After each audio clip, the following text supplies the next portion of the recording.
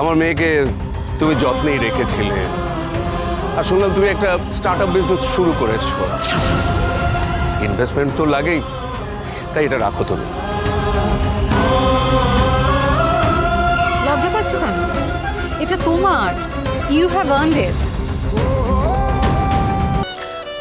ঝিল্লি, তুই কিন্তু অনেক টেনশন দিয়েছিস আমাদের, বিয়ের আসর থেকে পালিয়েছিস, আর তার জন্য সোসাইটিতে আমাদের অনেকটা ফেস লস হয়েছে। যাকে এ নিয়ে পরে কথা বলবো, তুই যা মমের সঙ্গে গাড়িতে গিয়ে বস। থ্যাংক ইউ ঋষি, তোমার জন্যই মেয়েকে আবার ফিরে পেলাম। ঠিক হয়েছে ঝিল্লি চৌধুরী, তোমার মতো বোকা একটা মেয়ের এই পরিণামই হওয়া উচিত। তাহলে আমরা গাড়িতে গিয়ে বসছি। হ্যাঁ, থ্যাংক ইউ। এসো ঝিল্লি।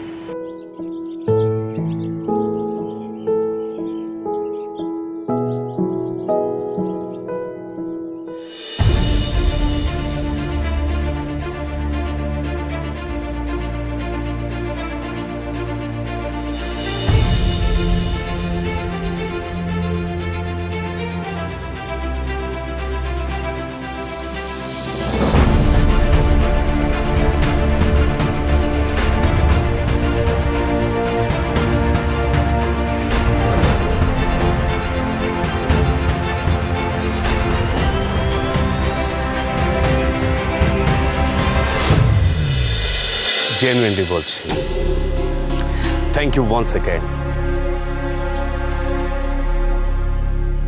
দাঁড়ান,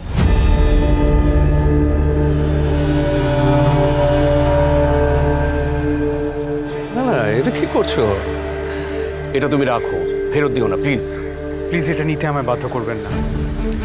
ম্যাম বললেন বটে, অ্যাপারেন্টলি এটা আমি অন করেছি। আমি অন করি আমার যোগ্যতায়, তাই প্লিজ ইনসিস্ট করবেন না। আমি যেটা করেছি সেটা মনুষ্যত্বের জায়গা থেকে, just wanted to help, that's it.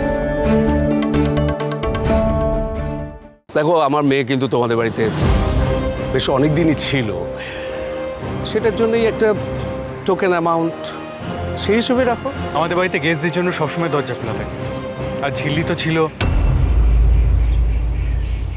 আমাদের গেস্ট হই। বাড়ির গেস্টের জন্য কি আমরা চার্জ করতে পারি? প্লিজ, ভালো থাকবে। আর একটা রিকোয়েস্ট,